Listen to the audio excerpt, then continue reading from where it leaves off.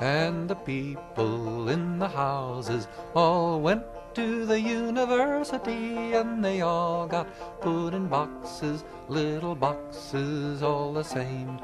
And there's doctors and there's lawyers and business executives, and they all get put in boxes and they all come out the same.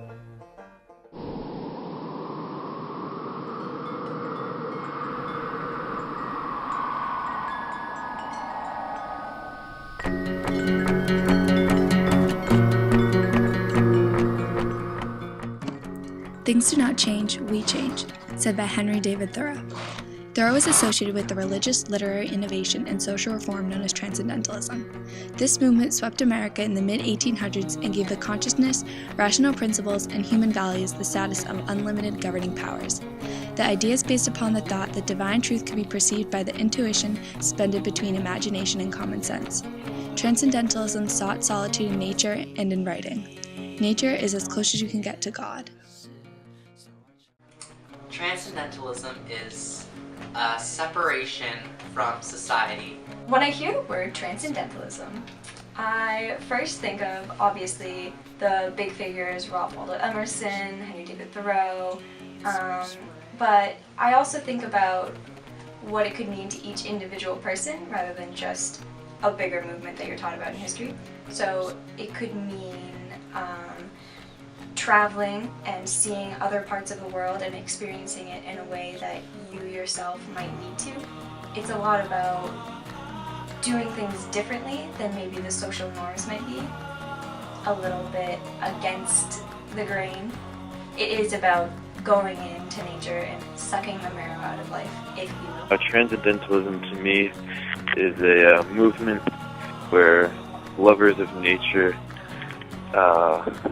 base their life and their normal lifestyle around nature, and they believe in the big over soul, which is where everyone is connected and everything is connected, and that you go by your intuition. I think the oversoul is one of the more interesting concepts of transcendentalism, because when you think about the others, they seem a bit more practical, whereas the oversoul seems a bit spiritual and a bit out there.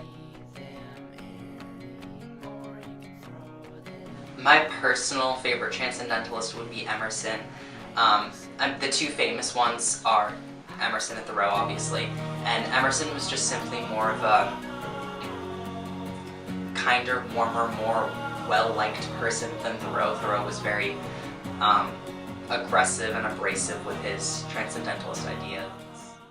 Ralph Waldo Emerson was an American essayist, lecturer, and poet who led the Transcendental movement in the 19th century. Emerson recorded the values and ideas of the Transcendentalist movement, including the mystical harmonies of man and nature and the intellectual and spiritual independence, in his speech, The American Scholar.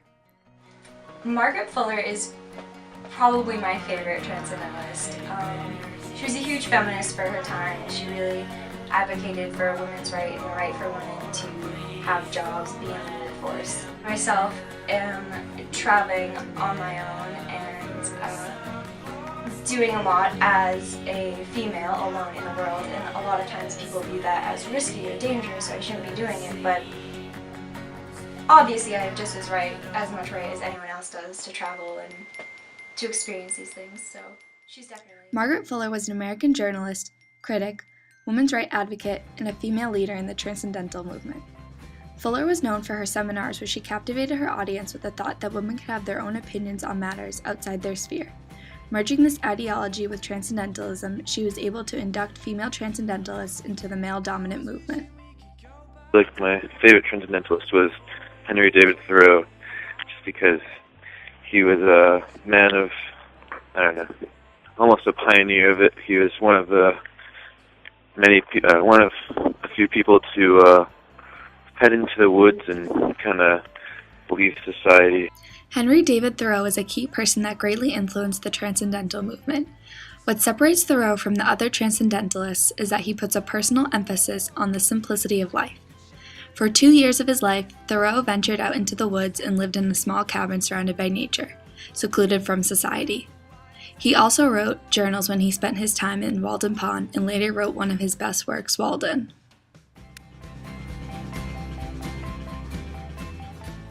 I think in the future it will be difficult for Transcendentalism to continue developing or to continue growing because of the increase in technology and the development of technology, which will definitely inhibit people's ability to distance themselves from society and to become closer with nature.